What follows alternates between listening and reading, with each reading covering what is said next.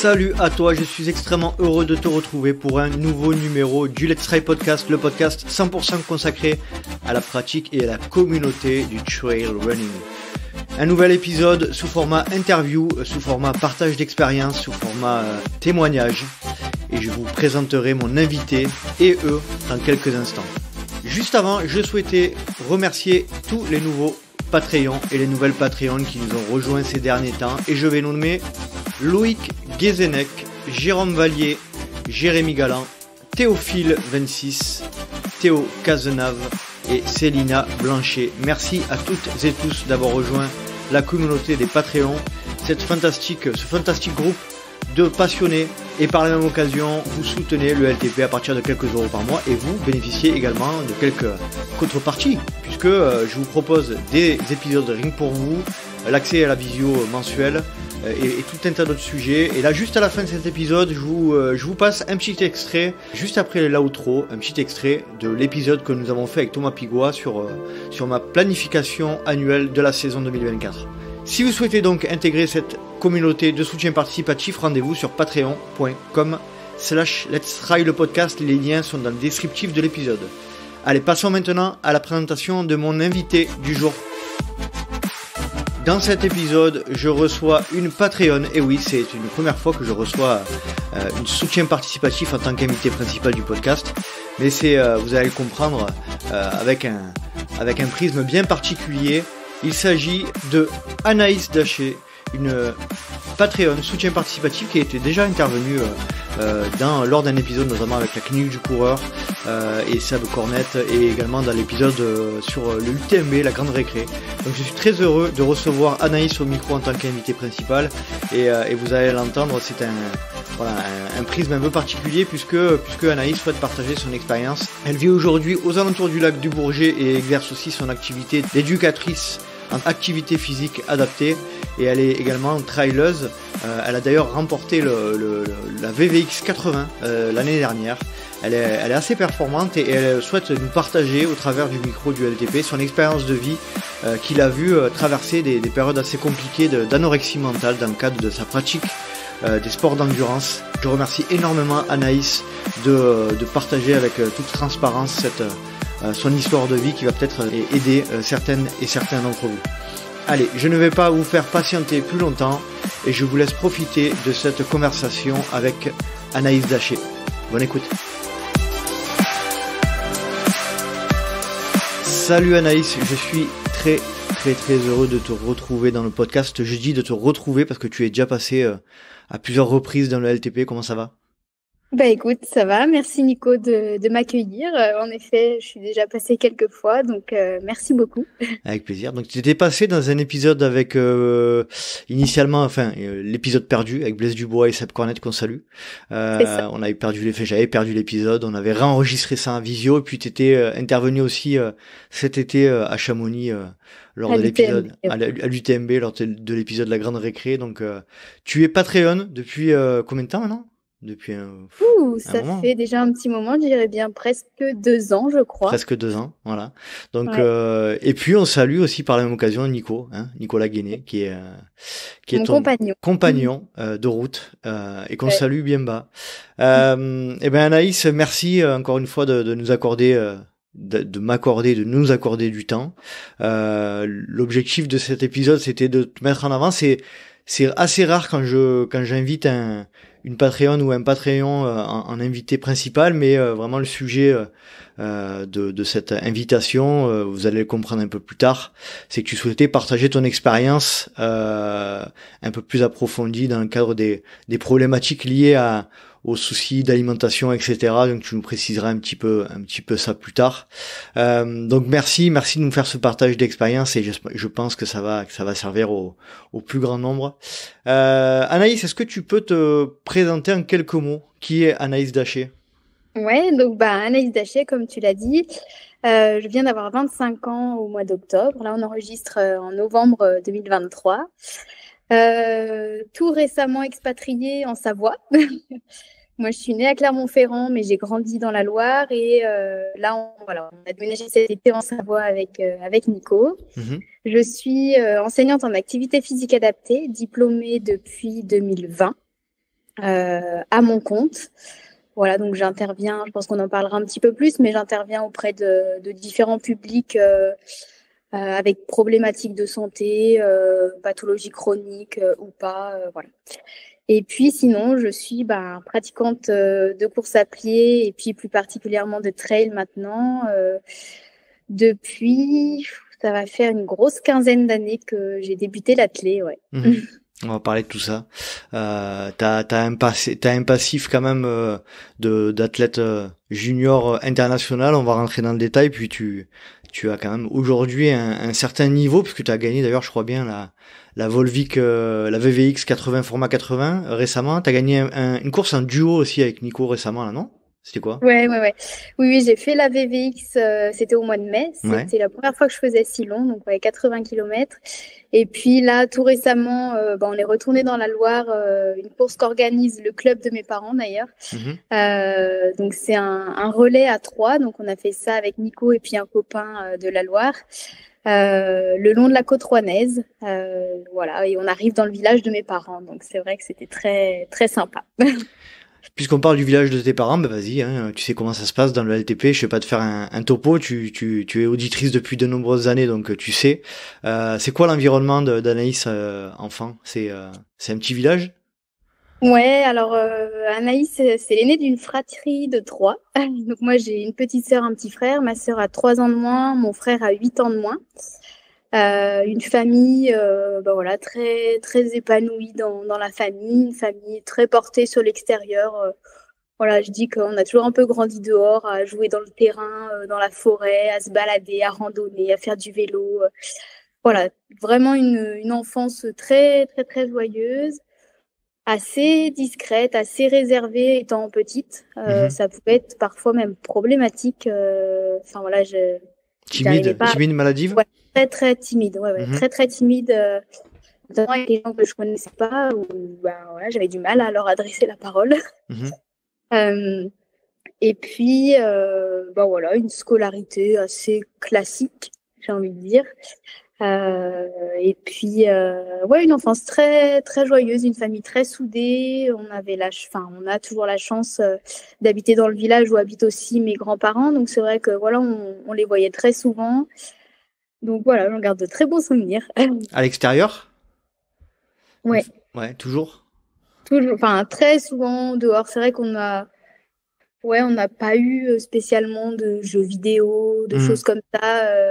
Voilà, on jouait très souvent dehors avec ma sœur notamment, qui a 3 ans de moins, où on pouvait toujours un petit peu se crêper le chignon toutes les deux, hein, mais non, voilà, à s'inventer des histoires, à faire des cabanes, une vie un peu tournée vers l'extérieur. Ouais. Un environnement.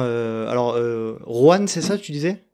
Ouais, mes parents habitent exactement Ambierle, alors c'est vraiment un petit patelin, à 20 minutes de Roanne, dans la Loire. Et tes parents, ils faisaient quoi comme activité professionnelle? Ils étaient dans quoi? Ma mère, elle est orthophoniste et mon père, il est éducateur spécialisé en IME, donc pour les personnes en situation de handicap mental. D'accord. Pour les jeunes, il a un groupe de jeunes, lui. Donc orthophoniste, travaille ton papa travaille dans le milieu du handicap. J'imagine que très tôt ça a dû conditionner un petit peu ta vision du monde. Oui, ça t'a apporté quoi, cet environnement? C'est vrai que avec mes parents on a toujours discuté de tout. Il n'y a jamais eu de tabou sur quelque sujet que ce soit. Voilà, on a toujours parlé de tout.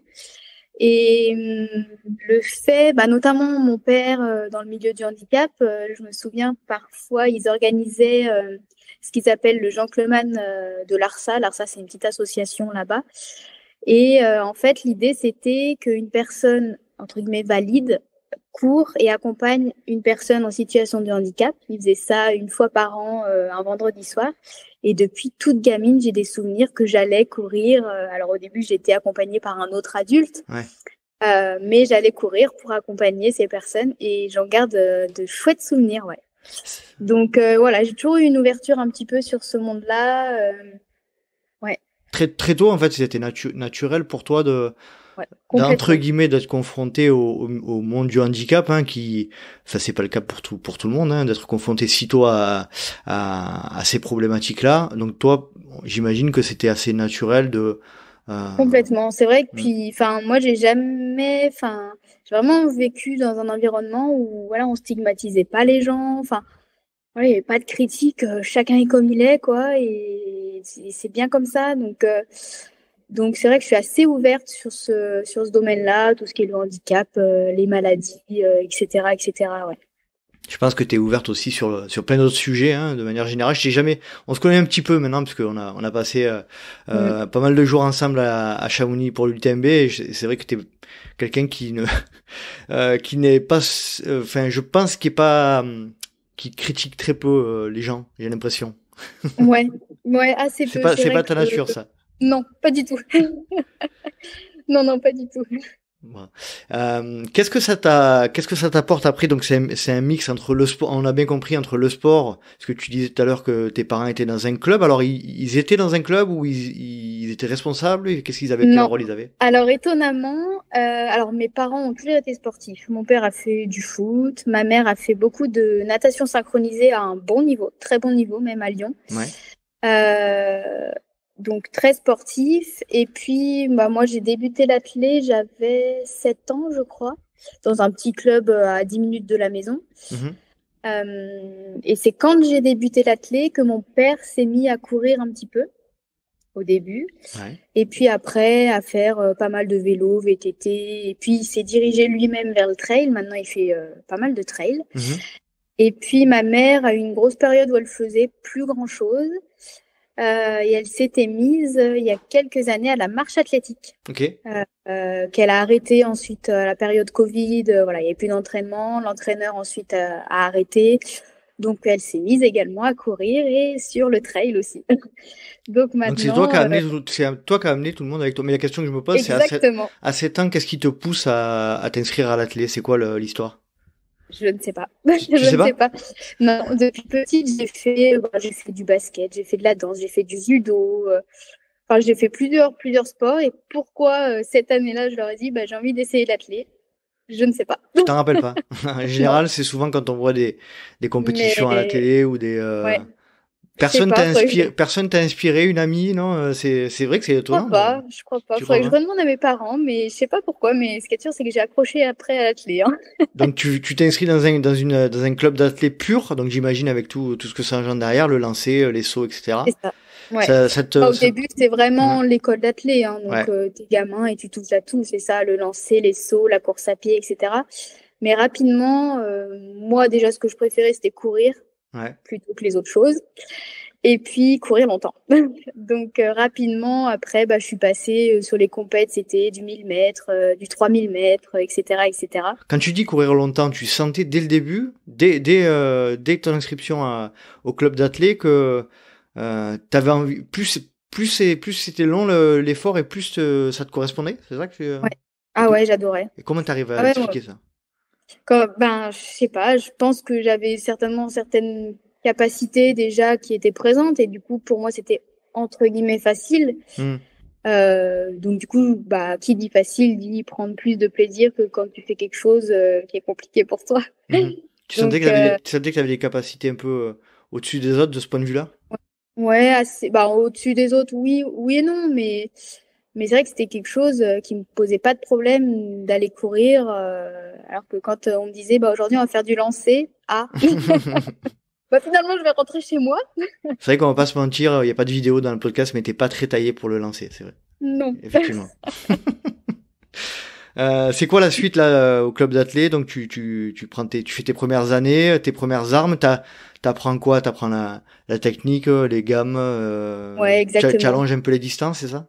Ouais, c'est ça, beaucoup beaucoup de techniques, travail de pied, etc. On augmente progressivement le nombre d'entraînements, progressivement les distances.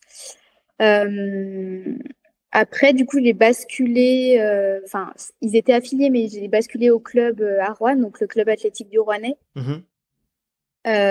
Où là, c'est vraiment un club FFA et ça rigolait très plus. orienté compétition. Ça rigolait plus là. Ouais, ça rigolait moins, on va dire. Donc très orienté compétition. Et puis c'est là du coup que j'ai commencé aussi à avoir un entraîneur, entre guillemets, pour le groupe demi-fond. Et à faire vraiment des séances spécifiques demi-fond. Au début, je faisais que de la piste et les crosses l'hiver. Et puis petit à petit, je suis passée sur la route, 10 km. T'avais quel âge là quand t'as changé de club? Et ben à l'entrée au collège. Ouais, à l'entrée au collège, j'ai basculé à Roanne. Les premières années, je continue à faire ce qu'ils appellent les triathlons pour les jeunes. Et puis après, je dirais en 4e, 3e, j'ai commencé à intégrer un petit peu plus le groupe demi-fond, en gardant en parallèle un entraînement avec le groupe, entre guillemets, classique des jeunes. Et puis à l'entrée au lycée, là, j'ai vraiment basculé dans le groupe pur demi-fond. Ouais. Juste avant de parler de cette partie-là un peu plus complète, là, j'aimerais comprendre comment tu vis la bascule entre un club loisir, on va dire, où tu sens que, j'imagine, hein, je parle pour toi, mais que t'es un peu au-dessus du lot et t'arrives dans un club un peu plus sérieux. Comment tu vis cette bascule notamment de l'état d'esprit compétitif? Tu parlais aussi de timidité tout à l'heure. Est-ce que tu arrives à t'imposer, toi, dans ce milieu-là, un peu plus dur? J'en garde de bons souvenirs parce que on était quelques-uns à du coup basculer du premier club jusqu'au deuxième. Donc c'est vrai que déjà pour les trajets, du coup on faisait des trajets communs, tout ça. Donc j'avais quand même des connaissances déjà. Et puis après j'ai fait connaissance avec les autres jeunes et il y avait un bon groupe. C'est vrai qu'il y avait une bonne dynamique. Après j'étais toujours réservée. C'est vrai que c'était pas moi le bout en train du lot. Hein. Mais j'ai notamment eu une très bonne copine pendant de nombreuses années dans ce club-là. Ouais, j'en garde de bons souvenirs. Et puis, mine de rien, je suis quand même au fond assez compétitrice aussi. Enfin, j'aime bien la compétition. Donc, c'est vrai que ça me plaisait. Ça me plaisait, ouais. T'es la petite discrète, mais qui... dès qu'on te mettait sur une piste ou sur une compète, t'allais à fond et tu saurais de dire d'où ça te vient cette envie de battre les autres, parce que c'est ça la compétition finalement, c'est ni plus ni moins que l'envie de battre les autres. Et puis aussi battre, notamment sur piste, battre mes records personnels. Et enfin, c'est vraiment ça qui m'animait, de me dire la prochaine compète, faut que j'essaye de faire moins de temps, etc., etc. D'où ça me vient, je sais pas trop. Je sais pas trop parce que pourtant petite, nos parents ne m'ont jamais mis la pression à être le premier, la première. Mais oui, je pense que l'environnement au club a fait que on joue le jeu et on devient un petit peu compétiteur. Ouais. On te fait vite comprendre dans ce club là que t'as du potentiel, tu le comprends de toi-même, on te le dit, comment ça se passe? Ouais, on me le dit pas forcément. Au début, pas du tout. Enfin, au début, j'étais vraiment, entre guillemets, comme je dis, dans le ventre mou des coureuses de mon âge. Et puis, quand je bascule dans le groupe demi-fond, c'est vrai que je suis la plus jeune du groupe déjà. Et puis quand même, je fais des bonnes séances. J'arrive à faire des jolis temps pour mon âge, etc. On a un entraîneur qui malheureusement était malade d'un cancer du pancréas, qui est par la suite décédé. Mais c'est vrai que assez rapidement, je comprends que peut-être je peux quand même avoir un petit niveau sympa. Je me souviens, j'avais été sélectionnée à ce qu'ils appelaient, alors je ne sais pas si ça se fait encore, les matchs intercomités. En fait, c'était une sélection Auvergne-Rhône-Alpes pour moi. Et on allait rencontrer un comité, je crois, PACA, et puis aussi des comités italiens. Donc la compétition était faite en Italie. D'accord. Déjà ça, je veux dire, à 15 ans, partir en Italie, c'était chouette, quoi. Donc je comprends que je peux avoir peut-être des petites opportunités sympas. Mais après, je me focalise pas que sur ça non plus, quoi. C'est quoi ta discipline de prédilection à cette période-là, là? Et à cette période, le 3000 sur piste. Et puis après, ça devient le 10 km. Donc tu commences à participer à des épreuves un peu, c'est quoi? C'est c'est dans le cadre fédéral, c'est la FFA, c'est ça, les France de 10, l'hiver les France de cross. C'est exactement ça, Et donc tu commences à avoir des résultats à cette période-là? Ouais, des petits résultats, on va dire. Non, c'est pas à cette période où je commence à vraiment avoir des résultats. Et puis après, j'ai assez rapidement sombré dans l'anorexie mentale, ouais. Donc, du coup, j'ai très vite été coupée dans l'élan, on va dire. On va en parler de cette partie anorexie mentale, hein, qui est... tu vas nous expliquer un peu plus tard dans les détails, enfin, ce qui s'est passé pour toi. J'aimerais revenir un petit peu juste avant aussi sur la période de l'adolescence. Là, t'es quelqu'un de avant cette problématique d'anorexie mentale, tout ça, t'es quand même on a compris timide, mais quand même bien intégré au groupe. Qui est Anaïs à cette période-là? Est-ce que t'as des projets? Est-ce que tu te vois dans l'avenir? Comment tu te définis à cette époque? Ouais, j'étais relativement bien quand même dans ma tête et dans mon corps, etc. Pas spécialement de complexe, rien du tout. Et puis, je me projetais, moi, j'ai toujours eu envie d'aller en STAPS pour être prof de sport à la base. Ouais. Depuis le collège, je crois que c'est mon idée et je suis allée en STAPS. Je suis pas prof de sport, mais voilà.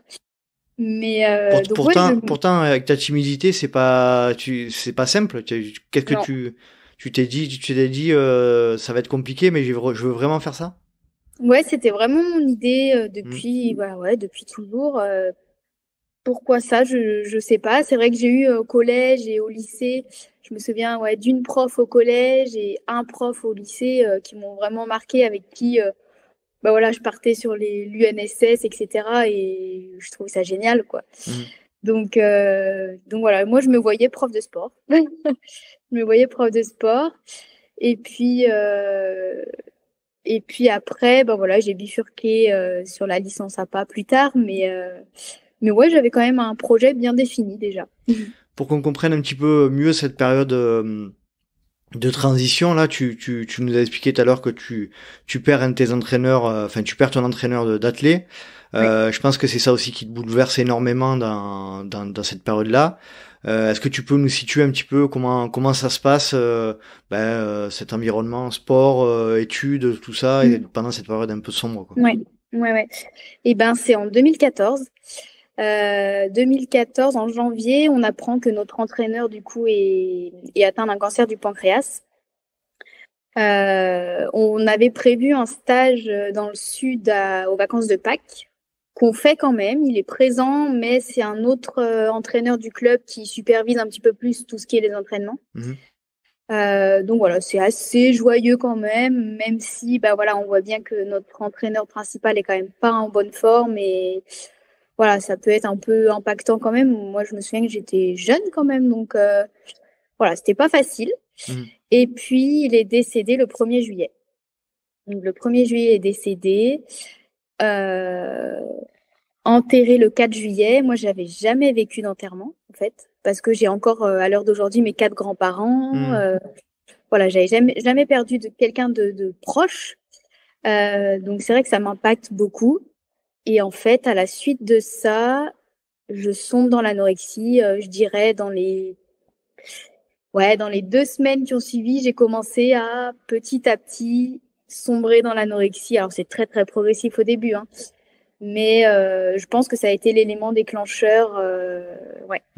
Pour revenir un petit peu avant ce moment-là, c'était quoi pour toi en termes de personne, cet entraîneur, il t'apportait quoi? C'était vraiment l'entraîneur qu'on retrouvait 3 à 4 fois par semaine, les soirs, les samedis, les dimanches, etc. Pourtant, c'était un entraîneur assez réservé, mais il avait toujours les paroles qu'il fallait, les petits messages qu'il fallait.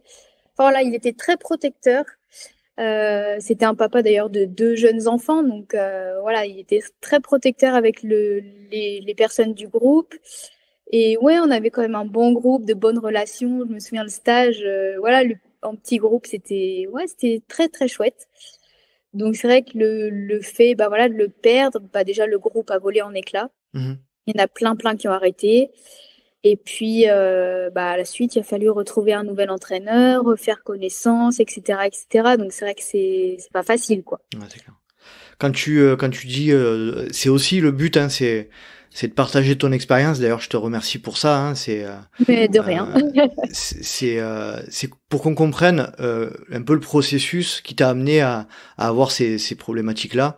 Est-ce que tu peux nous donner pas les détails, mais la manière dont ça s'est passé, cette arrivée vers l'anorexie mentale? Est-ce que c'est arrivé, tu nous disais 2 semaines après?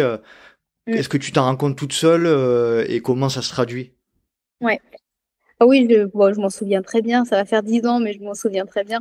Donc il est décédé début juillet. À la suite de ça, justement, j'avais le match intercomité en Italie, je crois la semaine d'après, quelque chose comme ça. Déjà, j'étais pas du tout dans de bonnes dispositions, mais bon, c'est pas grave. Et puis l'été qui a suivi, on est monté dans le chalet de mes grands-parents à la montagne, dans les Hautes-Alpes.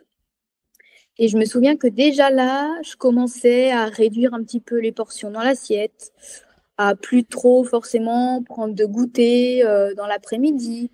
Voilà, des petites choses comme ça qui passaient inaperçues pour mon entourage, mais voilà, c'était assez inconscient au final. Je me souviens pas le faire très consciemment et de me dire là je vais pas prendre de goûter, là je vais enlever ça, là je vais voilà. Bon, l'été s'est passé, j'ai dû perdre 1 kilo dans l'été, donc rien non plus d'alarmant. À la rentrée, t'as constaté, avec le recul, t'as constaté quand même qu'il y avait déjà des premiers signes, symptômes. C'est avec le recul que je peux me rendre compte que ça avait démarré déjà pendant l'été, ouais. À la rentrée, du coup, c'est l'année où je rentre en première. Donc une nouvelle classe, des nouvelles connaissances, mais je m'intègre plutôt pas mal. J'ai une très bonne copine qui d'ailleurs est toujours une très bonne copine aujourd'hui. Coucou Marion. Coucou Marion. Et puis je sens que ça devient quand même de plus en plus compliqué au niveau des repas. Au niveau du moral, ça, psychologiquement, ça allait? Psychologiquement, oui et non. C'était par phase, quoi. Par phase, j'ai été très impliquée dans les entraînements. Alors là, les entraînements assidus au possible. Fallait pas louper un entraînement, etc., etc. Je pense aussi, je me souviens me dire, Fred. Donc Fred, c'est mon ancien entraîneur qui est décédé. Fred sera fier. Fred sera content, etc., etc. Je me souviens me le dire très très régulièrement. Et puis, donc les midis, je mangeais au lycée, mais je prenais plus d'entrée, je prenais plus de dessert. Enfin voilà, je diminuais progressivement. Le fait de réduire les consommations d'aliments, à cette époque-là, c'est complètement inconscient ou ça a un but quand même? Ouais, non, c'est encore assez inconscient à cette période. Et en même temps, je commence à me peser de plus en plus régulièrement et à me dire, quand je vois que je perds tant de grammes, tant de kilos, c'est pas mal quand même.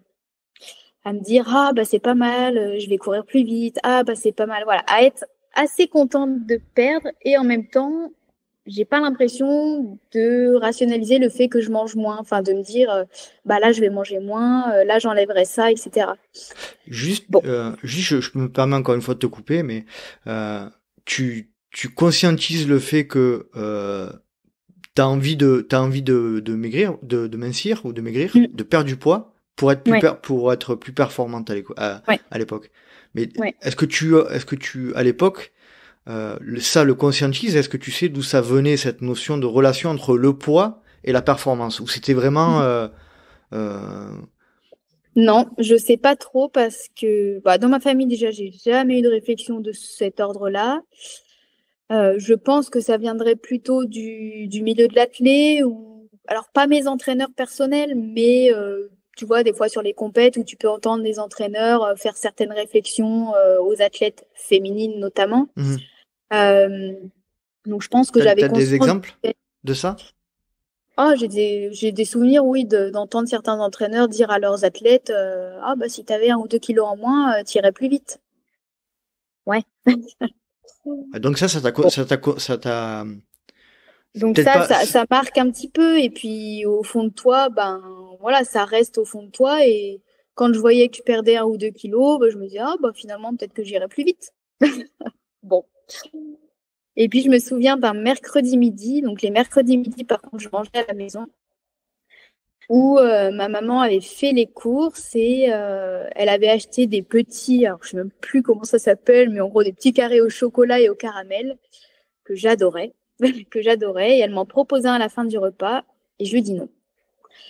Et là, elle me dit, écoute Anaïs, il va falloir qu'on parle. Donc on s'est mises dans un coin toutes les deux. Et elle m'a dit, je pense que tu souffres d'anorexie. Elle dit, ça fait quelque temps qu'on se pose des questions avec papa. Je pense que tu souffres d'anorexie. Enfin, on pense que tu souffres d'anorexie, mais à ce moment-là, il n'y avait que ma maman. Donc, si tu es d'accord, on va prendre rendez-vous avec le médecin pour en discuter et essayer de t'aider. Parce que, voilà, elle m'a expliqué un petit peu, moi, au début, je connaissais pas du tout l'anorexie, hein, je savais pas du tout ce que c'était. Donc, elle m'a expliqué un petit peu quelles pouvaient être les conséquences, etc., etc. Voilà, donc c'est ce jour-là où le mot anorexie a été posé. Ouais. C'était combien de temps après le décès de ton entraîneur? Eh ben, je dirais c'était à l'automne, octobre-novembre, quelque chose comme ça. Octobre-novembre 2014. Donc de juillet à Ouais, octobre. ouais, ouais, ouais. Et puis donc par la suite, bah voilà, rendez-vous avec le médecin traitant, mais qui malheureusement n'avait pas toutes les clés, donc qui m'a renvoyée vers une pédopsychiatre à l'époque puisque j'étais mineure. Mhm. Où j'ai eu un petit suivi avec cette pédopsie, mais ça n'a pas duré longtemps, hein, jusqu'à début janvier en gros. Et aux vacances de Noël, où on est monté pareil au chalet à la montagne, où là c'était la dégringolade plus, grosse cata. Et au retour de ces vacances, donc début janvier, la pédopsie a dit là, ça peut plus marcher comme ça. Il va falloir envisager une hospitalisation.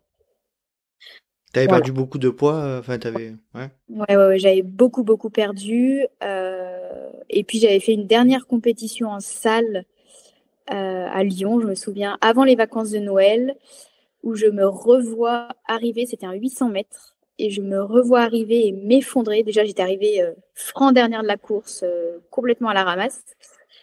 Et en fait, je me revois m'effondrer, j'en pouvais plus, et je vois surtout les regards, il y avait que ma mère, donc les regards de ma mère et les mamans des copains du club, effrayées quoi, de me voir dans cet état. Mhm.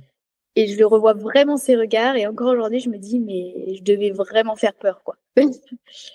Donc voilà, là c'était fini, plus de sport, et là on allait envisager l'hospice. Ouais. Ouais, il y avait un risque potentiellement vital pour. Euh, Complètement.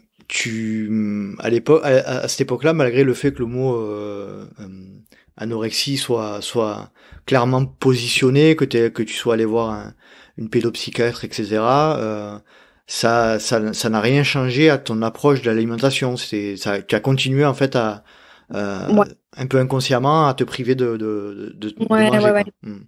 Ouais, tu rentres vraiment dans un cercle vicieux où, bah, en fait, c'est impossible d'en sortir, quoi. Enfin, c'est, ouais, c'est vraiment un engrenage dans lequel tu es et c'est impossible d'en sortir, quoi. Impossible d'envisager manger un petit peu plus ou prendre de ci ou de ça. Enfin, non, c'est terrible. C'est terrible. Tu sens que Donc, ouais, vas-y. ouais, non, j'allais dire à accompagner aussi de tout ce qui est la dysmorphophobie. Donc, dysmorphophobie, en fait, enfin, je vais l'expliquer avec mes mots, moi, comment je le voyais, où en fait, je me regardais dans la glace et je me voyais grosse. Enfin, grosse. Normale, on va dire. Mhm. Pas grosse, mais normale. Alors que j'étais un squelette, quoi. Mhm. Un squelette et je pesais 33 kilos. Donc, non, j'étais pas grosse. Mhm. Donc Donc, ouais. du coup après cette compétition, hospitalisation. C'est euh, ça, en début janvier, on a le rendez-vous avec la pédopsie qui était prévu pour faire le bilan, bon, voilà, après les vacances classiques. Et là, elle dit non, là, il va falloir envisager une hospitalisation. Ça peut plus durer comme ça. Enfin là, c'est plus possible. Donc c'est là que bah, on a contacté au début l'hôpital à Saint-Étienne. Ils ont un service spécialisé dans les troubles du comportement alimentaire, mais c'est un petit service, donc ils n'avaient pas de place à cette période. mhm. Donc, du coup, on a contacté Lyon, une clinique, où là, je suis entrée en hospice le 26 janvier 2015. Voilà. Donc hospitalisée jusqu'en juin 2015. Donc 6 mois d'hospitalisation pour, j'imagine, qu'on prenne soin de toi. Pour quel est ton état d'esprit à l'époque où tu rentres en hôpital? J'imagine que ça va être très très dur. Ouais. T'es dans une logique de je vais me battre, je vais m'en sortir, ou vraiment ouais. Je crois que en fait ça m'a soulagée qu'on me dise tu vas être hospitalisée. Ouais. De me dire t'es plus toute seule en gros. Même si j'étais pas toute seule, mais je veux dire mes parents étaient complètement démunis. Enfin voilà, personne. C'est compliqué de comprendre, de se dire mais pourquoi elle mange pas. Enfin c'est pas compliqué de mettre une fourchette à la bouche. Bah si. Donc sachant que même toi tu ne comprenais pas pourquoi. Enfin tu n'avais pas analysé. Donc c'est vrai que je pense que une fois qu'on m'a donné la date d'entrée, parce que je pense qu'on l'a su à peu près 2 semaines avant que j'allais entrer en hospitalisation le 26. Ben voilà, déjà tu commences à faire tes affaires, etc. À vraiment te dire c'est concret quoi, je vais être hospitalisée. À l'annoncer aux copains, à l'annoncer un petit peu à l'entourage, donc pas facile non plus de dire au revoir, je sais pas quand est-ce qu'on se reverra, mais voilà. Mais au final, au fond de moi, j'étais quand même assez soulagée de me dire c'est une clinique spécialisée, donc ils vont m'aider. Voilà, il faudra que je me botte les fesses, mais ça va aller quoi. C'est une notion aussi peut-être tu me diras si je me trompe, mais de prise en compte de ton officiel, de reconnaissance de ta maladie et de ton mal-être, en fait, peut-être qui a aussi fait en sorte que tu te sois senti plus accompagné quoi. Ouais, complètement, complètement. Voilà, donc après, hospitalisation, donc oui, très, très, très compliqué. Mais je pense que ça m'a quand même aidé, mine de rien. Sinon, c'est ce que je dis aux gens. Hein. Si j'avais pas été hospitalisée, je ne serais certainement pas en train de discuter avec toi aujourd'hui. Hein. Donc c'est quand même, ça m'a aidé, ouais, c'est sûr. Ça, on peut dire que si tu dis ça, on peut dire que ça t'a sauvé.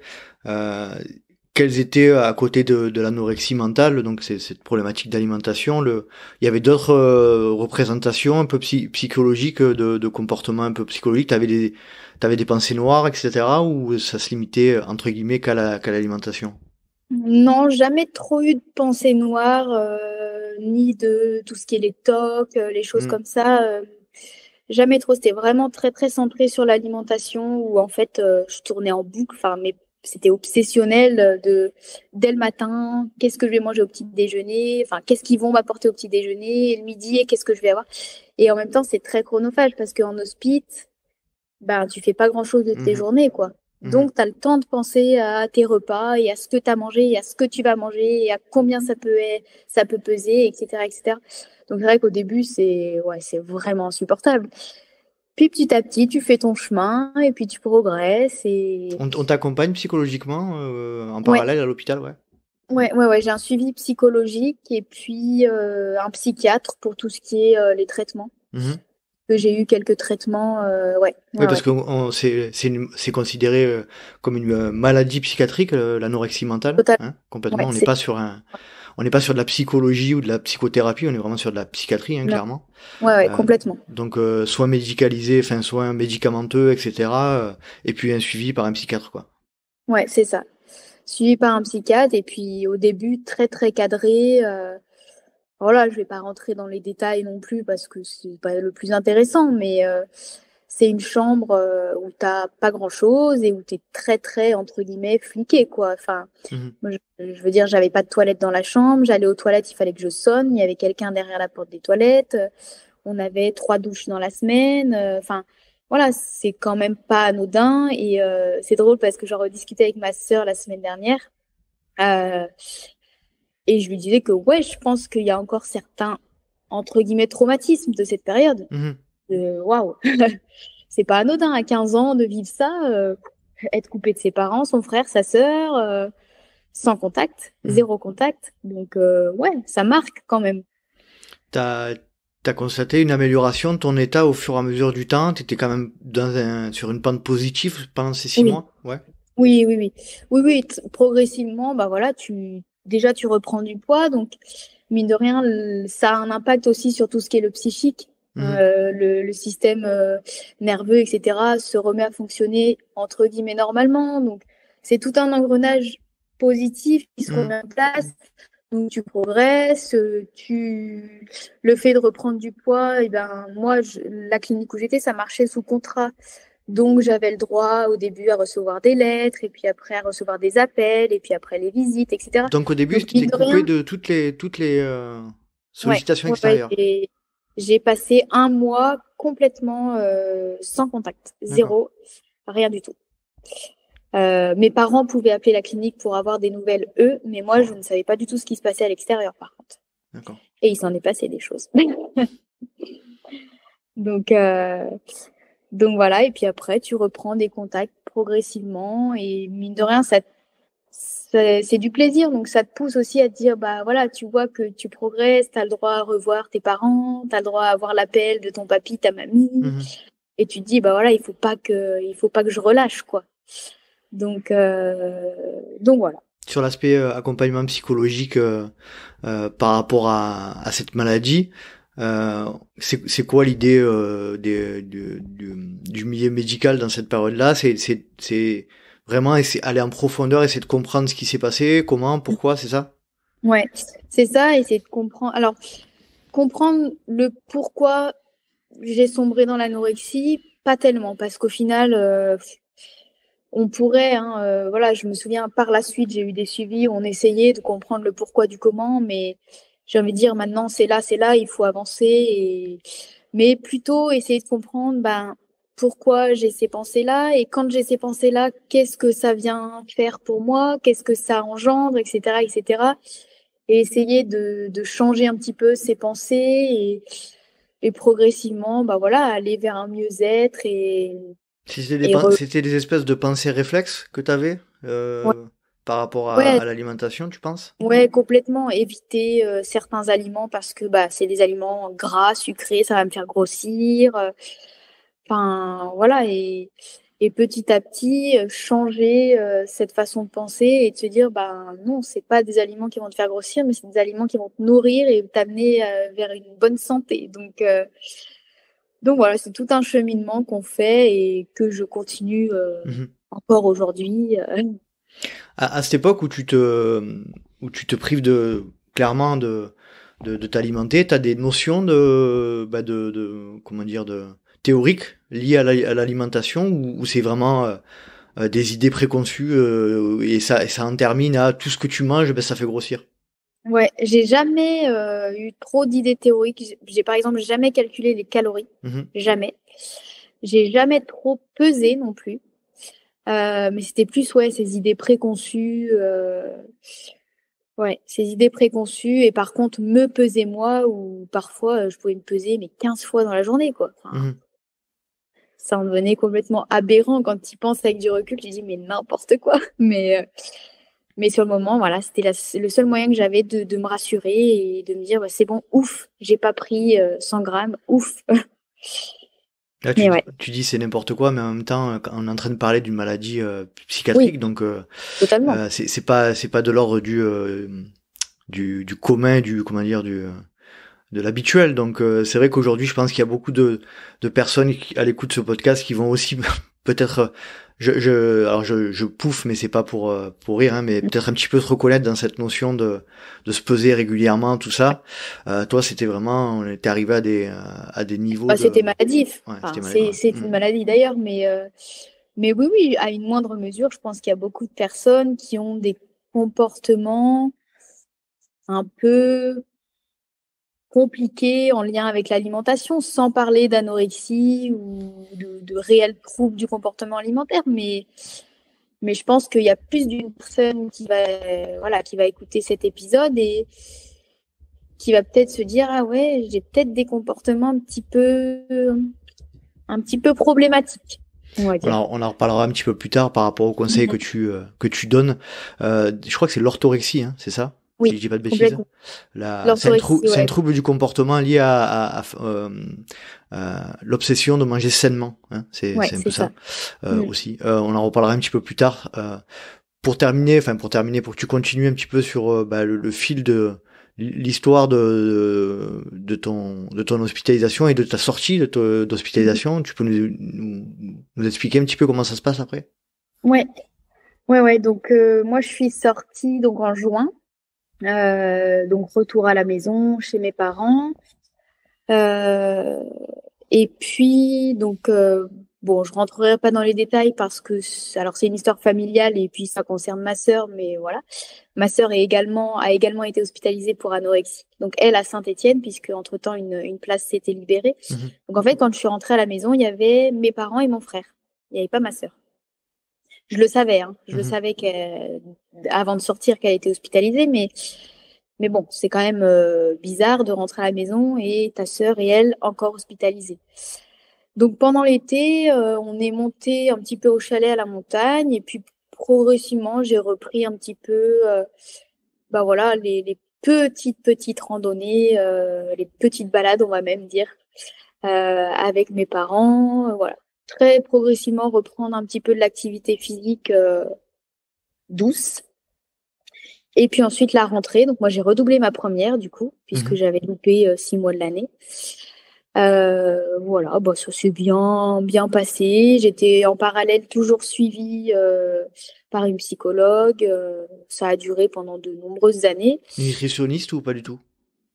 À cette époque-là, non. Ouais, non, à cette époque-là, non, puisque j'étais suivie par une psychologue d'un service d'hôpital de jour de troubles du comportement alimentaire. Donc il y avait aussi des notions, voilà, spécialisées. Par contre, une endocrinologue pour tout ce qui est les hormones, ça oui, j'ai eu un suivi jusqu'à il y a pas très longtemps d'ailleurs avec cette médecin. Donc voilà, un suivi régulier, le lycée qui se passe bien, je passe mon bac, etc., etc. Et puis après, du coup, je me dirige vers STAPS. Donc là, je pars en études à Saint-Étienne, ouais. Donc là, en gros, entre guillemets, la vie a repris son cours. Ta sœur a... Après, si tu veux pas trop en parler, mais ça dure combien de temps son hospitalisation à ta sœur? Oh, beaucoup plus long que moi, ouais, très très long. Une hospite longue, elle est sortie, elle a été réhospitalisée. Ma sœur était jeune, hein, elle avait 13 ans quand elle est entrée en hospitalisation. Et elle, accompagnée de gros tocs, etc., etc. Donc, il y avait aussi beaucoup de travail à faire de ce côté-là. Donc, très, très long, mais heureusement, elle va très bien aujourd'hui. Voilà. Donc, non, pas de souci. Mais c'est vrai que du coup, c'était assez bizarre, en fait, de se retrouver à la maison sans sa sœur, en sachant qu'elle était hospitalisée, elle. Et puis, on allait la voir aussi, des fois. Donc, en fait, je re-rentrais dans un service de troubles de TCA. Donc, c'est vrai que c'était pas toujours facile. J'y allais pas tout le temps, quoi. J'imagine. Mais, ouais. Est-ce qu'on vous a dit que ça pouvait être lié, ce genre de maladie psychiatrique, à un terrain héréditaire? Génétique ou héréditaire, ouais. Oui. Et puis, alors, je sais plus quel médecin, quel psychiatre m'avait dit ça, mais qu'il y avait des recherches qui étaient en train d'être faites. Et il y a des terrains génétiques qui sont en train d'être un petit peu explorés sur l'anorexie, etc. Ouais. Des gènes particuliers qui favoriseraient ce type de comportement particulier, quoi. Tout à fait, ouais. Du coup, tu continues un petit peu ton bonhomme de chemin, ta rémission. À cette époque-là, donc tu reprends l'activité sportive c'est ça. légère. Je reprends progressivement au club. Je retourne au club, du coup, avec le nouvel entraîneur qui, au final, j'avais pas eu trop le temps de le connaître. Un entraîneur qui a été très, très, très, très bienveillant. Je tiens à le souligner parce que il a été nommer, Mustapha Crétif. On le salue. Ouais. Et au club à Roanne. À Roanne. Au club athlétique du Rouennais. Ok. Mais très dans la progressivité. Voilà, il avait tout à fait mon histoire en tête. Et en fait, on a repris très progressivement les entraînements, que ce soit en termes de durée, d'intensité, etc., etc. Et puis au final, voilà, en parallèle, j'avançais aussi du côté alimentaire. Donc voilà, je remontais la pente quand même plutôt pas mal. Et c'est à cette période, donc en 2016-2017, que je me suis mise un petit peu plus à courir dans les chemins avec mon père. Où certains week-ends, je partais courir avec lui dans les chemins autour de la maison et je trouvais ça quand même plutôt pas mal. Ça me changeait de la piste. Et c'est du coup en 2017 que j'ai demandé à mon entraîneur, non, 2016, pardon, où on était en vacances dans l'Ardèche et il se trouvait qu'il y avait les France de montagne en Ardèche, le week-end où on y était. Et ma mère qui voit ça et qui me dit, ah, ça te dirait de les faire. Bon, et en plus, ça tombait bien, t'étais licencié compétition FFA. Ouais. Magique. Bah ouais, allez. Donc en 2016, je fais les France de montagne. Alors je sais plus combien je termine, mais j'ai trouvé ça chouette.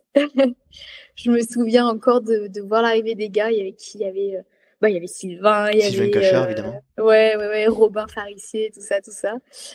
Donc ouais, bien chouette. Et puis du coup en 2017, je me suis dit bah là je vais faire les France de montagne, mais ce sera un objectif quoi. Donc là j'en parle à mon entraîneur et donc je m'inscris aux France de montagne en 2017. Donc j'étais en junior à Culose du coup. Je regarde en face puisque maintenant on habite en face du Grand Colombier. Incroyable. donc voilà, donc 2017, je fais les France de montagne et j'arrive deuxième. Vice-championne de France junior de course en montagne. Mais improbable, je m'y attendais pas du tout en fait. Et puis, voilà, super ému, super. Tu t'étais préparé pour ça ou pas du tout? Mon entraîneur était quand même très très orienté piste et route. Ouais. Donc il m'avait fait un petit programme un petit peu plus orienté montagne avec des côtes et tout ça. Mais c'est vrai, quand je me rappelle du programme, en fait, non, j'étais pas préparée du tout. Quand je vois aujourd'hui les entraînements que je peux faire pour le trail, je me dis oui, non, Mais bon, quoi qu'il en soit, j'arrive deuxième. Et puis, donc, à l'arrivée, Laurence Vivier, du coup. Qu'on salue, salut Laurence. Voilà. Si elle écoute le podcast. Qui vient m'annoncer que je suis sélectionnée en équipe de France pour les championnats d'Europe. Alors moi, je débarque de nulle part. Je me dis, mais c'est quoi ce truc? Mais je m'y attendais pas du tout. Et puis voilà, équipe de France, championnat d'Europe, championnat du monde. Donc de trop belles expériences quoi. Une belle revanche. Et t'étais avec toute la team là, Sylvain, etc. Ouais. Il y avait qui dans cette équipe là? Alors chez les jeunes, Sylvain, Dylan Ribeiro, Quentin Succo, Robin Farissier qui maintenant lui est au Canada. Chez les filles, Constance Parot qui ne court plus, Julie Ducret. Et Nadia, et j'ai plus son nom de famille. Voilà, une chouette équipe, de belles ambiances. Et puis chez les seniors, toujours Manu, Julien, Adeline Roche. Manu Messa, Julien Rincon. Céline Janier, Axel Mollaret. Voilà, trop bien. Des belles expériences à l'étranger. Du coup, les Europes, c'était où Ouais, les Europes, c'était à Kamnik en Slovénie. Ouais. C'est d'ailleurs magnifique. Ouais. C'est d'ailleurs magnifique. Et puis les mondiaux, c'était en Italie mondiaux Prémana. Qu'est-ce que tu en retires de cette expérience internationale? C'était en junior là, donc on est d'accord. Hein. Ouais. Moi j'étais un peu sur un petit nuage. Je m'y attendais pas du tout. Et puis du coup, je me suis vraiment laissée porter et ouais, non, c'était vraiment trop chouette, une ambiance de folie. Les mondiaux en Italie, les Italiens, je te raconte même pas l'histoire, c'est des grands malades là-bas pour la course en montagne, c'était un truc de malade. Mon frère et mon père avaient fait le déplacement d'ailleurs, ils étaient venus nous voir. Donc non, trop chouette, trop chouette. Ouais. En parallèle de ça, du coup, qu'est-ce que ça dit Est-ce que tu peux rappeler un petit peu les résultats sur ces deux compètes là? Ouais. Pour toi et l'équipe? Ouais. Aux Europes, je finis 21e et aux mondiaux 20e. Et l'équipe, alors chez les filles, on n'a pas fait de podium. Mais après, les autres équipes, les seniors, tout ça, il y avait des podiums. Donc c'est pareil, t'entends la Marseillaise et tout ça. Donc ouais, non, c'est trop chouette. Du coup, ça doit être, c'est un peu un roller coaster là. Ces périodes-là, tu te retrouves sortir de l'hôpital quelque temps avant. Là, tu te retrouves, tu vis des émotions absolument contradictoires et contraires en très peu de temps. En 2 ans de temps, c'est du tout au tout quoi. c'est une belle revanche un petit peu sur tout ce qui a pu se passer les 2 années précédentes. Mais au fond de moi, je sais que mine de rien, je suis pas guérie et que il y a certains aspects qui restent compliqués. Donc, d'un côté, je suis super contente parce que on touche un petit peu aux portes du haut niveau. Ça fait rêver et tout ça. Et en même temps, je suis assez lucide quand même sur le fait que attention, dans l'équipe, je suis pas la seule à avoir des relations troublées à l'alimentation. Donc c'est un peu ambivalent quand même, quoi. Quand tu arrives dans ce cercle de haut niveau de compétitivité, tu viens de le dire, hein, mais tu peux préciser, tu constates clairement qu'il y a d'autres athlètes qui ont la même logique que toi t'as eu à un moment où... Ouais, totalement. Des filles et des garçons d'ailleurs. Hein. Ouais. Pas que des filles. Hein. Et ça se concrétise comment? Comment ça se traduit? C'est ce que je dis toujours. Une fois qu'on est touché par l'anorexie, on les voit. On les voit, les gens qui souffrent de cette même pathologie ou qui ont des relations qui sont à risque. Qui ont des relations troublées. Donc tout de suite, je voyais bien qu'il y en a certaines qui mangeaient pas grand-chose, qui avaient tendance à enlever certaines choses, etc., etc. Et c'était pas facile parce que moi, j'étais dans une période où j'étais justement en train d'essayer de me reconstruire et de retourner vers une alimentation entre guillemets normale, non troublée. Et ça a tendance à te refaire un peu chuter et te dire ah mais peut-être que moi aussi je peux enlever ci, peut-être que moi aussi je peux enlever ça. Par effet miroir. Ouais, totalement. Donc pas évident, mais j'en garde quand même de très très chouettes souvenirs. J'aimerais comprendre un petit peu, après tu partages ce que tu as envie de partager, mais au niveau de la FFA, est-ce que ce sujet-là, il est abordé, il est absolument pas abordé, c'est pas un sujet ou même, je vais aller au-delà, est-ce qu'il y a des petites phrases liées au poids? J'ai pas souvenir, non. De phrases liées au poids, j'ai pas souvenir. Et le sujet, en tout cas en 2017, les années où j'étais en équipe de France, pas du tout. Mais j'ai même pas souvenir, tu vois, de petits temps où on nous expliquait, par exemple, sur les ravitaillements, les choses comme ça. J'en ai pas souvenir. Alors peut-être qu'il y en a eu, mais que ça m'a pas marqué. Mais non, rien comme information sur ces sujets-là. Non. Quand tu constates autour de toi des copains-copines de l'équipe de France ou même dans ton club, hein, peut-être ça a dû être le cas aussi, que tu aies constaté qu'il y avait des comportements un peu suspects. Ça t'est arrivé de leur en parler, de leur partager ton expérience, ou t'étais vraiment dans un mode au début pas honteuse, trop. Mais peut-être tu voulais pas en parler, quoi, de ce qui t'était arrivé. Au début pas trop, parce que si c'était beaucoup ça, beaucoup de honte, de culpabilité. Et puis de me dire, mais enfin, qu'est-ce que tu veux que j'aille lui dire alors que moi-même, je suis dans cette pathologie. Et puis petit à petit, au fur et à mesure où j'ai quand même avancé et progressé, déjà j'en ai parlé un petit peu plus, je me souviens, sur les réseaux. Et puis j'avais de moins en moins honte à en parler aux gens, en fait. Je me souviens au lycée, pareil. J'expliquais le pourquoi du comment j'avais été absente pendant 6 mois, le pourquoi du comment j'avais redoublé ma première. Pour moi, c'était plus un sujet. T'as commencé à assumer à quel âge? Ouais. À la fin du lycée et l'entrée en études supérieures, quoi. Ça fait partie de mon histoire et puis c'est comme ça, quoi. Tu sais ce qui t'a fait basculer d'un état d'esprit à l'autre?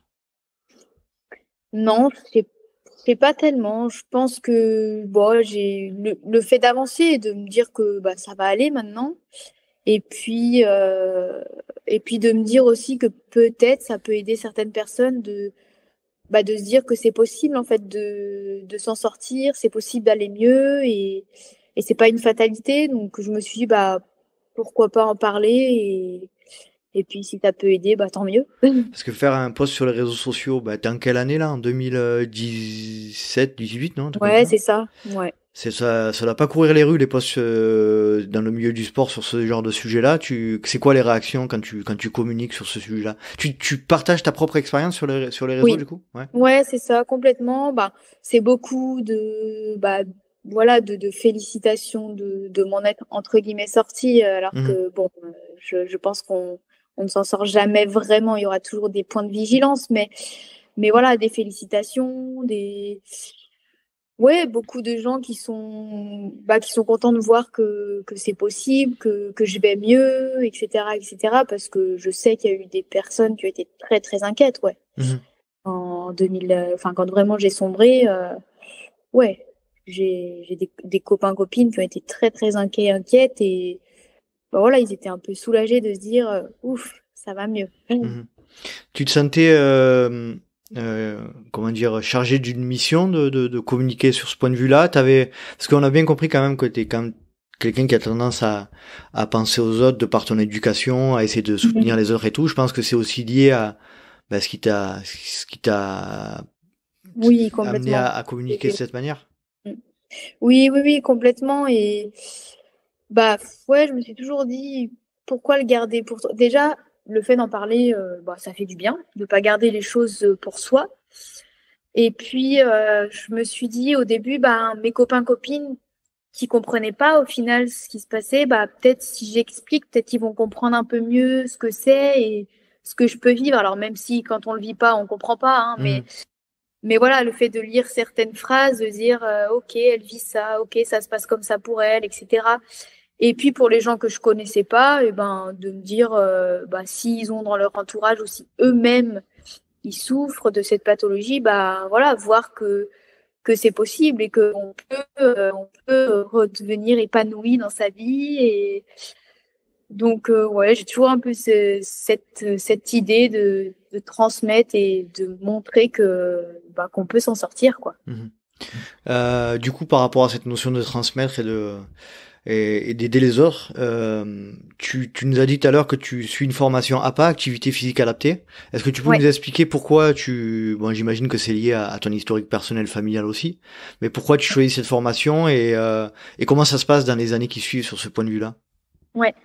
Donc ouais, je rentre en STAPS. Donc la première année, elle est commune à tous les étudiants. Mhm. Et puis ensuite, à partir de la deuxième année, on commence à faire des choix, soit pour partir en éducation motricité, soit dans le De management, spécialisation, quoi. voilà, Mhm. soit la licence activité physique adaptée. Et moi, je ne connaissais pas du tout. Et quand on nous a présenté ça, ça m'a carrément plu en fait. Je me suis dit, mais waouh, trop bien de pouvoir prendre en charge des personnes qui ont des pathologies, des handicaps, etc. et de pouvoir les amener à pratiquer eux-mêmes une activité physique de façon adaptée. Mhm. Et ah ouais, enfin, du début, je me suis dit, mais trop bien. Donc au final, je suis pas partie en éducation motricité, mais je suis partie en APA. Donc j'ai fait ma licence activité physique adaptée et j'ai été diplômée en 2020 du coup. Qu'est-ce que c'est pour toi aujourd'hui la vie professionnelle en tant qu'éducatrice sportive APA? Ouais. Alors j'ai débuté au début en centre hospitalier dans le service de rééducation. J'ai fait un petit peu d'EHPAD aussi. Et puis assez rapidement, je trouvais que c'était quand même beaucoup la routine, quoi, l'EHPAD, Mhm. voilà. Et puis donc du coup j'ai créé mon auto-entreprise et j'ai pris en charge donc sur le Rouennais au début avant de déménager cet été, mais une association sport et cancer Mhm. où je prenais en charge du coup les patients dès le début des traitements. Aussi des projets en lien avec le diabète, des projets en lien avec les femmes enceintes en postpartum, le surpoids et l'obésité de l'enfant. Enfin voilà, du coup, ça me permet de toucher plein de publics différents et sur plein d'activités physiques différentes aussi. Donc aujourd'hui, voilà, on a déménagé cet été du côté du lac du Bourget, mais pareil, j'ai relancé mon activité qui se remet en place petit à petit.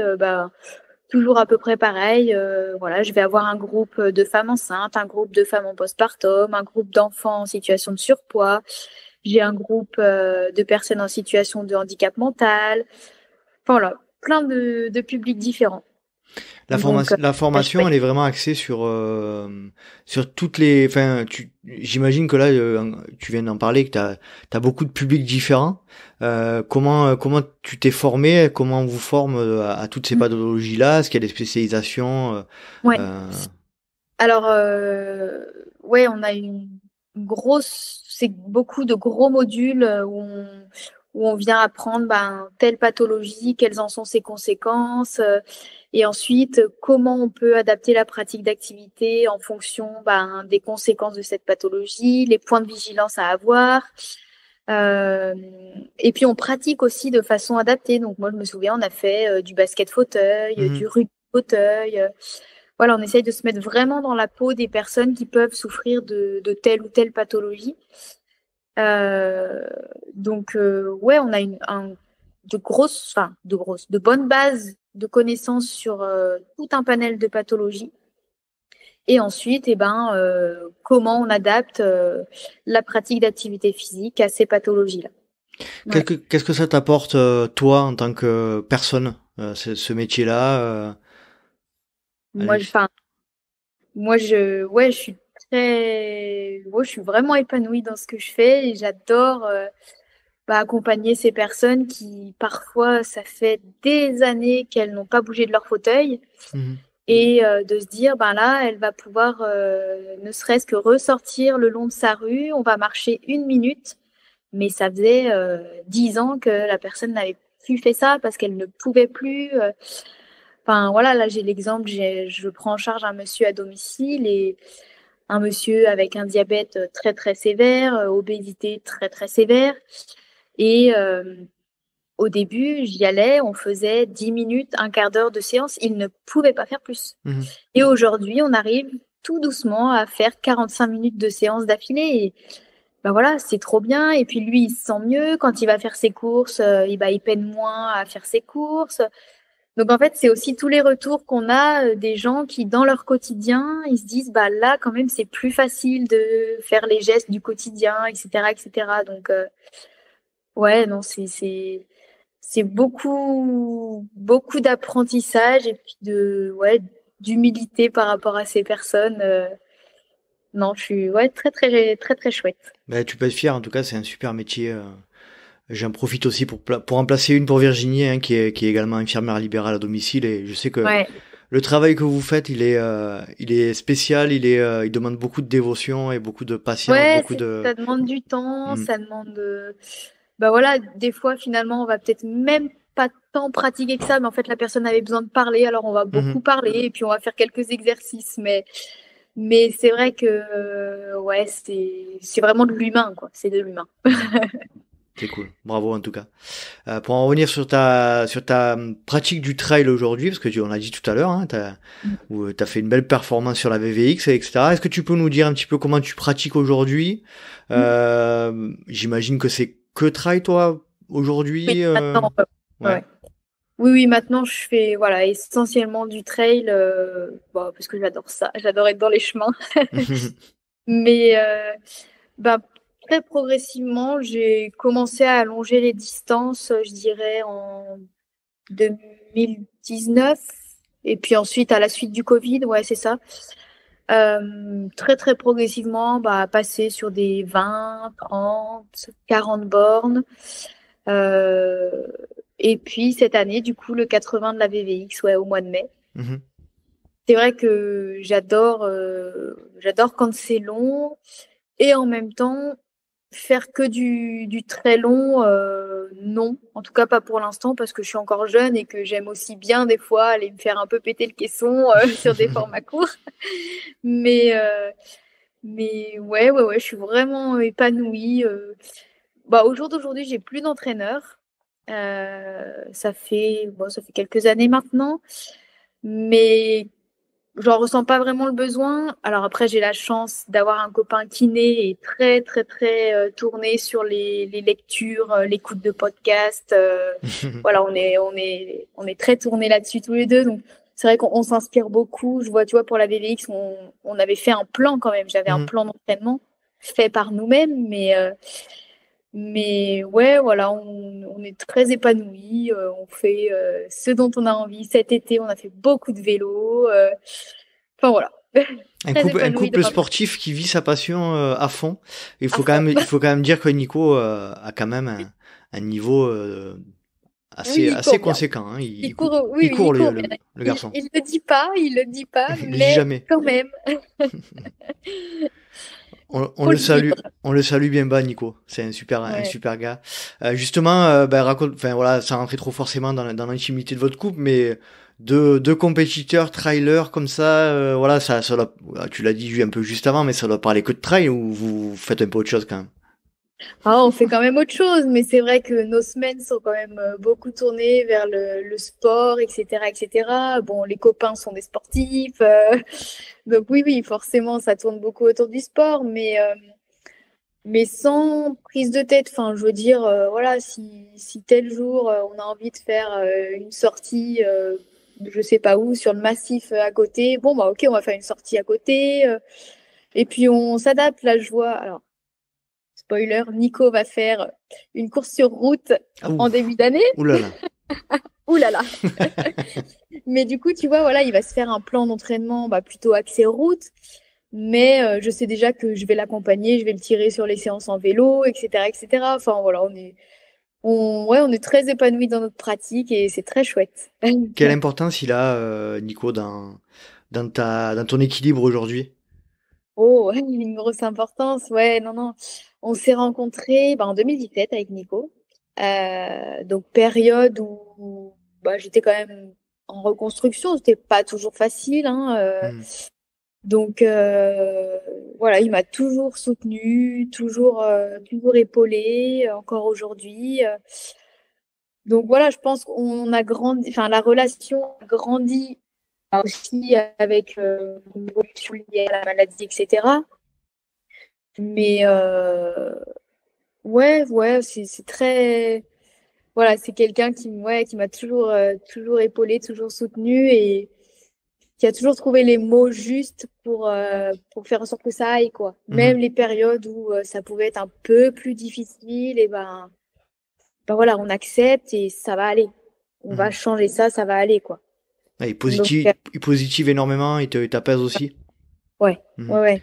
Et puis en Ah plus, oui, il t'assiste bien apparemment sur la VVX, sur le 80. ah ouais. Ah Il a ouais, fait une Mathieu Masbernard apparemment. c'est un peu ça, ouais, ouais, ouais. Ah bah ils étaient tous les trois, donc Nico, ma mère et ma sœur, mais alors les trois à fond, hein. Non, non, c'était la première fois d'ailleurs enfin, on faisait de l'assistance, puisque au final, avant, j'avais jamais fait du très long, donc Mhm. j'avais pas eu besoin d'assistance. Mais non, c'est une chouette expérience, ouais. Ouais, Ça ouais. va pas, hein, le fait d'être assisté. Et moi, c'est pour Ah ça que ouais. ça me fait vraiment plaisir de mettre en avant aussi, encore une fois, Ouais, euh, cette relation que tu peux créer dans le cadre d'une assistance en ouais. ultra ou en trail long, parce que c'est des moments que tu vis Ah, c'est des que là, quoi. moments. Ah ouais, ouais, non, c'est génial. Et puis, je vois, je sais pas si c'était au 50, 60e, où j'ai eu un moment un peu moins bien et où je me disais, bon, allez, dans 5 kilomètres, tu les retrouves, c'est bon, c'est pas long. Enfin voilà, ça te pousse à repositiver et à avancer. Donc, non, non, trop chouette, ouais. Et comment tu vois ta poursuite de l'activité là? Tu te vois continuer à allonger un peu les distances ou pas? Allongé, pas forcément. Là, pour 2024, le planning est déjà un petit peu fait. Et je vais faire un format pareil, 75 km, bah, d'ailleurs au Saint-Jacques. Ah oui, ouais, on va avoir l'occasion de Voilà, passer encore un week-end c'est ensemble, ça. Anaïs, hein, désolé. Mince. Non, non, non, Donc voilà, ce le sera, 75 du Saint-Jacques, c'est ça. sur Ce les sera terres, l'objectif de l'été, ouais, ouais, ouais, sur ouais. les terres que je connais très très bien. Ouais, et Ça va ben être, nous, on connaît pas du tout, ouais, par vous contre. allez voir, c'est super, super. Ça va être un super moment. Donc Aujourd- pas ouais. trop allongé forcément pour l'instant, même si ça me fait envie d'aller titiller la barre des 100 km, etc. Mais voilà, déjà faire quelques expériences sur du 60-80 et puis ensuite, pourquoi pas dans quelques années basculer sur du un peu plus long. Voilà, mais Mhm. ouais. Aujourd'hui, tu estimes, alors tu l'as dit tout à l'heure, on n'est jamais vraiment guéri de cette maladie-là, mais tu estimes que tu as atteint un équilibre de vie qui te permet de te dire, voilà, je connais, alors je parle un peu pour toi, tu m'excuses, je connais les risques, je connais un petit peu, je commence à mieux me connaître et à appréhender un Oui, petit peu les risques. oui, oui, oui, complètement, oui, oui. Bah, c'est sûr qu'au bout d'un moment, tu détectes tout de suite les signaux qui peuvent te montrer que, attention, vigilance. Mhm, Là, tu as tendance à rebasculer un peu dans des restrictions ou du contrôle, ou voilà, des comportements un petit peu compliqués. Donc, c'est sûr que moi, enfin, ouais, moi, je pense que j'aurai toujours des certaines difficultés, certaines appréhensions par rapport à certains aliments, même si aujourd'hui ça va quand même beaucoup mieux, beaucoup mieux, beaucoup mieux. Mais voilà, il faudra toujours que j'ai ces points de vigilance, les périodes où ça va un peu moins bien, bah, certains ça va être la cigarette, bah moi ça va se répercuter sur mhm, l'alimentation. mhm. Voilà. Donc c'est des points de vigilance qu'il faut que j'ai, j'en ai conscience.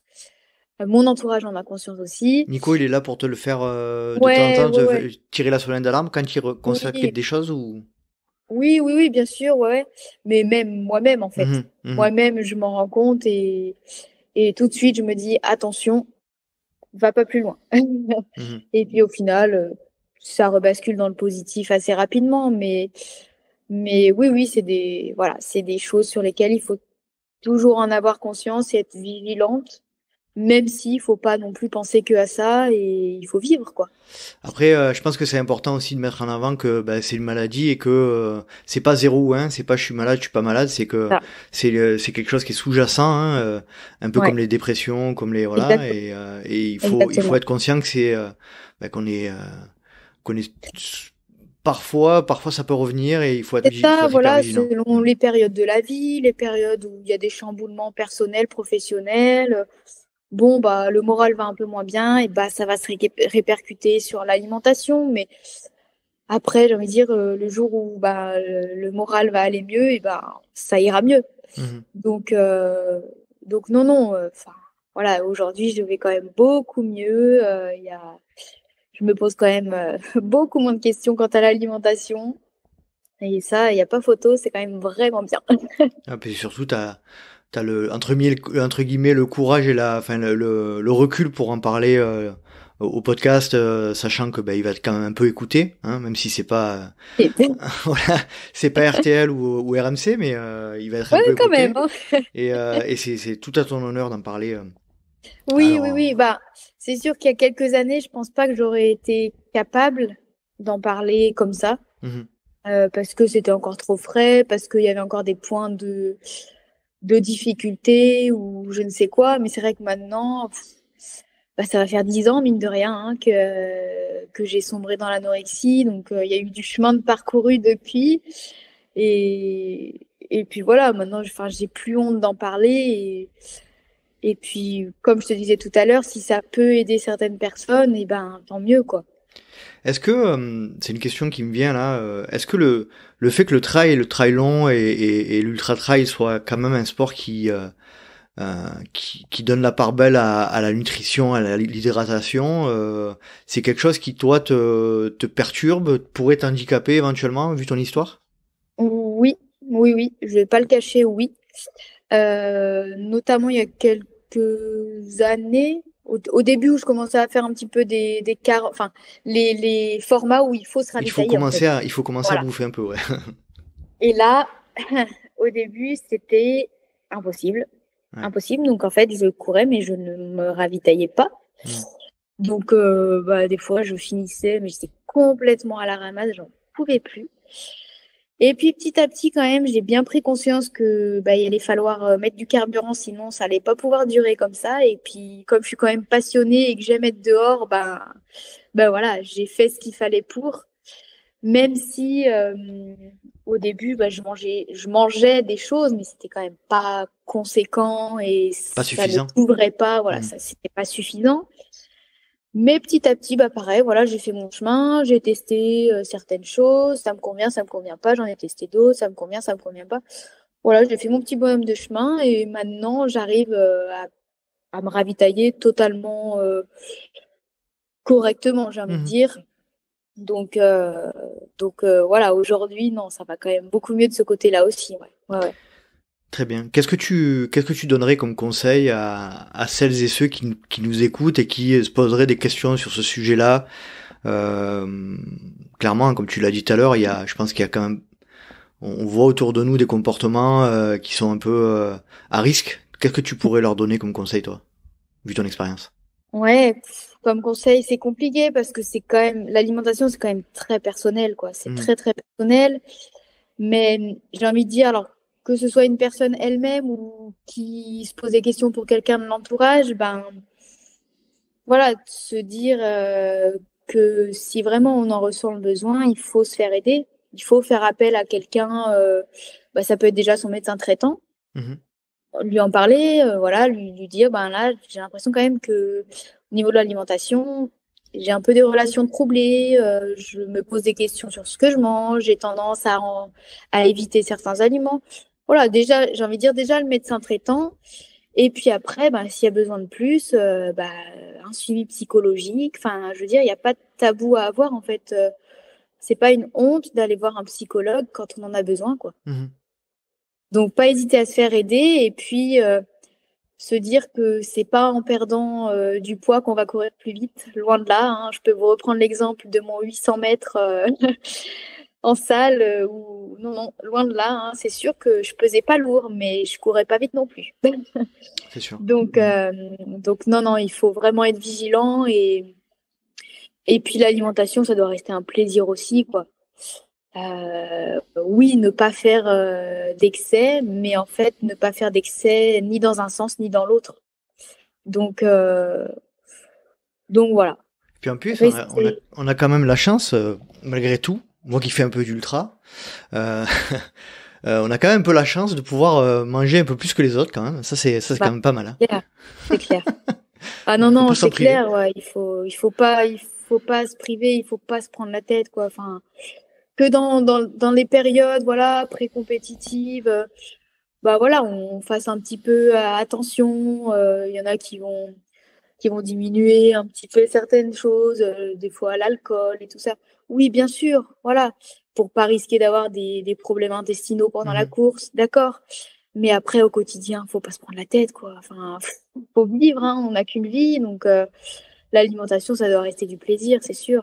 Bon, faut pas manger McDo tous les jours quand même. Hein. Non, mais c'est pas bon, McDo, d'accord. Quick ou Burger King, faut que j'en cite d'autres. Subway. Là voilà, Ouais, donc, on est d'accord. non, non, non. Tu m'avais fait un petit retour aussi sur l'épisode que j'avais fait avec Blandine et Marion sur le syndrome REDES. Ouais. On en avait parlé un petit peu en off tous les deux. Il me semble que tu voulais faire passer un petit message à l'époque. Je sais pas si tu t'en rappelles. Est-ce que je me rappelle? Non, pas en détail, mais c'est vrai que cet épisode était, bah, je l'ai trouvé génial. Et puis, bon, voilà, c'est deux nanas qui sont très calées sur le sujet. Donc, voilà, On très, rappelle, très, hein, Anaïs, je suis désolé, le syndrome REDES, c'est le syndrome de la, déficit. c'est le déficit calorique Ouais, hein, chez c'est la ça. sportive et le sportif, femme et homme. Donc, Ouais, ouais, ouais, hmm. complètement. Femme et homme, ouais, ouais, ouais.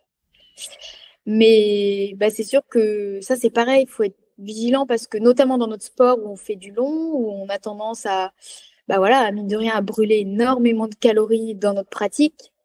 Et ben ensuite apporter les apports nécessaires et suffisants, c'est pas toujours facile et il faut être vigilant parce que les conséquences d'un REDS, c'est pas anodin non plus quoi. Mhm. Donc voilà, elles en parlent mieux dans l'épisode que moi, mais ouais, vigilance, vigilance et puis ça peut arriver à tout le monde, hein, au niveau ou pas au niveau. Hein. C'est clair, c'est clair. Non, non, c'est vrai qu'on se rend pas compte à quel point il y a deux choses, hein, ce que tu disais tout à l'heure, c'est-à-dire qu'à un moment donné, il y a aussi une culture du rapport poids-puissance. Moins je pèse lourd et plus j'ai mon rapport poids-puissance qui augmente, donc forcément, Mhm. voilà, on a toujours dans l'état d'esprit qu'il faut être mince pour être. D'ailleurs, le terme affûté vient un peu de là Ouais, aussi. Hein. Euh, il ouais, faut faire attention, comme tu disais, dans certaines périodes. pourquoi pas, et encore, mais faut bien que ce soit surveillé et bien sous contrôle. Mais non, la logique un peu simpliste de dire il faut que je maigrisse pour être meilleur, ça a ses limites et c'est dangereux. Ah oui, c'est très dangereux, ouais. Donc non, vigilance. Très bien, Anaïs, je te remercie énormément. Est-ce que tu voulais rajouter quelque chose sur le sujet dont on n'aurait pas parlé, sur toi, sur un sujet que tu voudrais évoquer, sur une anecdote, sur ce que tu veux? Écoute, non, je crois qu'on a fait le tour, hein. Merci à toi de m'avoir permis de partager cette expérience et voilà, qui, je l'espère, pourra peut-être aider certaines personnes qui souffrent ou ont souffert de ces troubles-là. Non, je crois qu'on a fait le tour. L'épisode, encore une fois, c'était vraiment un partage d'expérience de quelqu'un qui a vécu cette situation dramatique, hein. On peut dire que tu reviens de loin, t'as été courageuse, t'as fait ce qu'il fallait pour en sortir, et puis t'es encore plus courageuse aujourd'hui de prendre la parole aussi simplement et aussi humblement que ce que tu fais. Et j'en suis sûr que ce que tu partages là, va aider beaucoup de au moins va faire réfléchir, oui, et ça, ouais, si ça peut, voilà, que les personnes en aient conscience, de se dire que ça arrive à tout le monde, quoi, de sombrer, même sans parler d'anorexie, mais dans des relations troublées à l'alimentation, ça arrive à tout le monde. Donc ouais. Soigner son alimentation, c'est bien, mais que ça devienne une obsession, une contrainte, voilà, il y a un juste milieu à trouver, je pense. Complètement. Complètement. Anaïs, je te remercie énormément pour tout, pour les moments qu'on passe ensemble, parce que tu es vraiment une belle personne. Je salue également Nico, qui est vraiment un chouette type et un super garçon. Et merci pour votre soutien dans le cadre des Patreons. Et, merci à toi. Et puis on se retrouve bientôt au Trail de Saint-Jacques. Voilà, tu vas t'éclater, tu vois. Ouais. Non, grand merci à toi.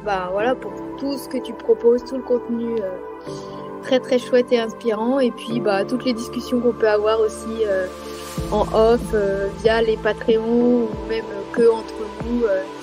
Non, grand merci. Allez, super. Merci beaucoup. Merci pour toi, Anaïs, et puis à très vite. À bientôt. Salut, bye bye. Et voilà, cet épisode est à présent terminé. J'espère que vous avez apprécié cette conversation avec Anaïs Daché, que je remercie énormément pour la transparence qu'elle a mis dans cet épisode et dans cet échange. N'hésitez pas à nous contacter si vous vous retrouvez dans ce cas-là, si vous pensez que vous êtes dans cette situation-là, pour que l'on vous aiguille. Et puis je vous laisse quelques liens utiles dans la description de l'épisode pour que éventuellement vous puissiez vous renseigner. Si vous souhaitez rejoindre le LTP sur les réseaux sociaux, rien de plus simple, rendez-vous sur Facebook, Instagram à Let's Try le podcast. Je suis actuellement présent sur Thread aussi, et vous pouvez également me suivre à titre perso sur Facebook, Instagram, LinkedIn ou Strava à Nicolas Guiena. Si vous souhaitez aider le LTP, rien de plus simple, rendez-vous sur les plateformes Apple Podcast ou Spotify, vous y mettez 5 étoiles, pas moins, ça sert à rien, et un petit commentaire. Et puis si vous souhaitez vraiment aider le LTP, n'hésitez pas à parler du podcast autour de vous, c'est ce qui aide vraiment le LTP à grandir et à grandir encore. J'espère te retrouver pour un prochain numéro du Let's Try Podcast, et d'ici là, n'oublie pas, si tu penses que c'est impossible, fais-le pour te prouver que tu avais tort. Et reste encore un petit peu, car il y a un extrait de l'épisode privé des Patreons sur ma préparation 2024. Bonne écoute.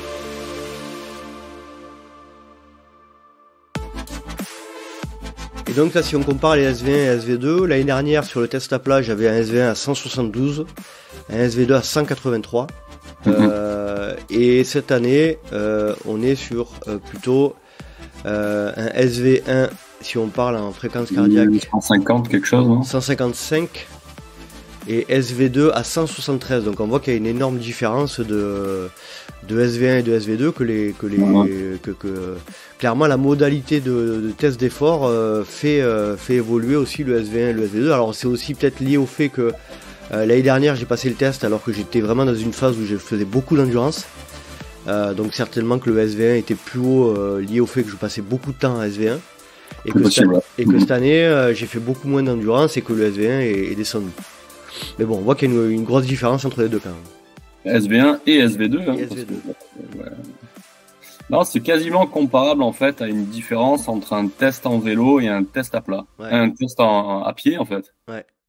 Ou en vélo, t'es plus porté, t'es plus sur du musculaire, alors que sur un test à plat, bah, t'es vraiment sur de la fréquence, t'es plus sur du cardio. Mmh. Donc c'est assez parlant quand même, moi, je Ouais. trouve. Donc, qu'est-ce que ça t'inspire, ce test-là, notamment sur la physio, sur le test d'endurance? Qu'est-ce que ça t'inspire de manière un peu globale sur la VO2, sur la FC Max, et sur les seuils? Ben, là pour notre objectif, je pense qu'au niveau SV2, on n'a pas énormément de choses à faire parce qu'on est à combien de pourcentage? J'ai pas eu SV2, on est au pourcentage cette année. Tac, tac, tac, si je retrouve. J'ai l'impression que tu as un SV2 qui est hyper, T'es à hyper haut. 86% de la VO2 max. Ouais, tu es à 173 pour un 179 à VMA, tu vois, donc on est quand même très proche. Ouais. Alors que par contre, le SV1, Il est à 74%. ouais, le SV1 est quand même bas. Donc là, comme ça, sans avoir, tu vois, ton retour sur les sensations, je dirais que le travail se situerait plutôt entre les deux seuils là. Mmh. Plutôt essayer de repousser le SV1 pour que ta marge d'endurance soit plus grande. Ouais. Et quand tu cours à 150, si tu fais monter ton cardio sur des courses, des maratrails, des choses comme ça, que tu puisses tenir ton 150 pulses. Mmh. Parce que là, ça risque d'être juste. En fait, si on regarde vraiment et qu'on croit vraiment le test là, si tu fais un 40 bornes à 155, ça risque d'être compliqué à la fin. Ouais. Si c'était vraiment à ton SV1. Ouais. Donc c'est là dans la logique du truc. Alors ça veut pas dire qu'on fait plus du tout de SV2, mais dans la logique de la lecture du test, le SV2 il est quand même assez haut par rapport à la VMA. Ouais. Donc Il n'y a pas trop à gagner sur le SV2. Par contre, bah, sur le SV1, il y a. en tout cas, pas maintenant, après un cycle comme on a fait. Ouais. On voit quand même que là, maintenant, on peut aller chercher vraiment, et en plus, c'est tout à fait dans La la logique des logique, choses. dans la logique de ce qu'on disait tout à l'heure. Hein. Mmh. C'est-à-dire que on a travaillé le haut, maintenant, on va pouvoir travailler le milieu et se rapprocher plutôt des allures de course. Donc, c'est plutôt cohérent, en fait. Ouais. C'est cohérent. Ouais.